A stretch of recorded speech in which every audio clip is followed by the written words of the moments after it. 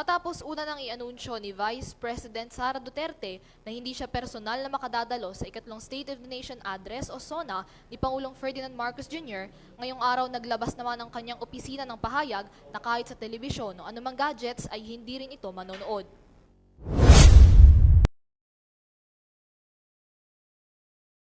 Sa opisyal na pahayag ng Office of the Vice President, ipinaalam nito sa publiko na kasalukuyan ngayong nasa Bohol si VP Sara upang makiramay sa mga Boholano na nagluluksa sa pagkamatay ng Vice-Gobernador ng probinsya na si Dionisio Victor Balite. Nakasaad din sa naturang pahayag na ang araw ngayon ay isang magandang pagkakataon upang magbigay ng mensahe ang pangalawang Pangulo.